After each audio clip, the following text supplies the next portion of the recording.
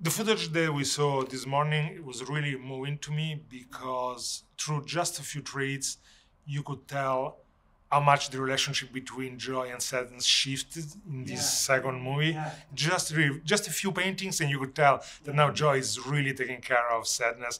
They're bonding. They are part of the same thing in some way. So how did you work on this different relationship between these two characters? Yeah, you definitely wanted to pick up where the last movie left them off, and that is one of my favorite little moments. Is the relationship between the two of them, because they really became friends in the last film, and they're kind of two little best friends, and you could feel where the first film, Joy, they have a little bit of sibling rivalry, a little like between the two of them, like as much as Joy still loves her, she still is like, it kind of gives her, a grief about being who she is. But you can tell that deep down, Joy really loves her. And I love those scenes that we're able to do with joy and sadness in this film. But I'm just equally excited to introduce new characters and new relationships, especially between joy and anxiety in this film.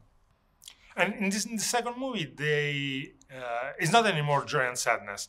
The whole bunch of the original emotions, they go through a different journey right now. Yeah. So, talking about storytelling, how did you have to organize the story and the plot? Because now all the characters go together in this journey. Yeah, we take a lot of iteration time on these films to try to get them right.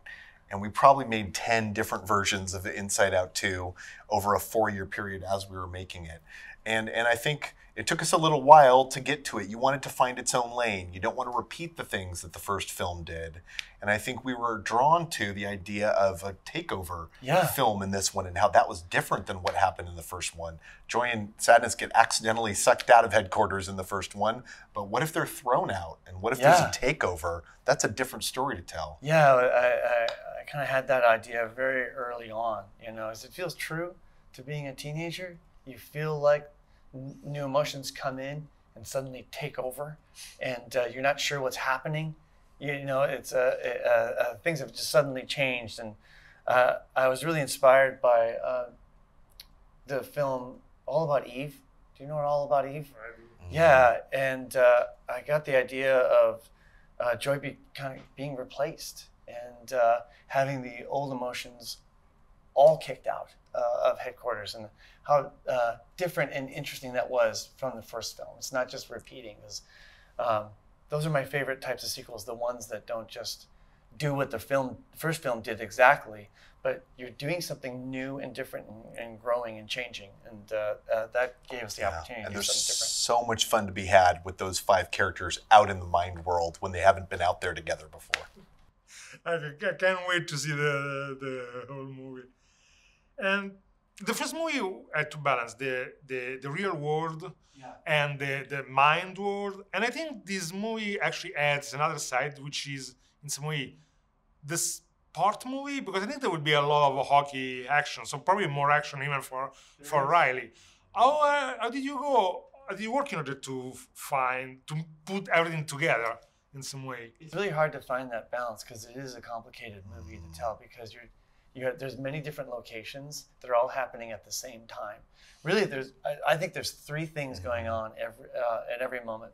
There's what's going on in Riley's world, there's what's going on in headquarters, and there's what's going on out in the mind, because it's not just, sometimes it is just the 2, but once they get kicked out, suddenly there's 3 stories. Then you're playing 3-dimensional chess with your story. Right? And even sometimes this one splits into 2, and there's multiple stories going on outside in the mind world. And so finding that balance is incredibly difficult.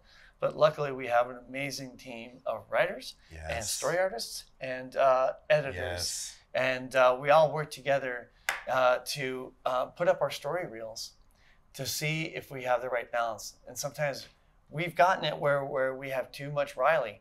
It's almost like getting the right ingredients for a soup. You're tasting, you're like, it needs a little less Riley. It needs a little more headquarters. And we would try to change the recipe to find that perfect balance. Yeah, it's a balance we wrestled with all the way through up until a few weeks ago.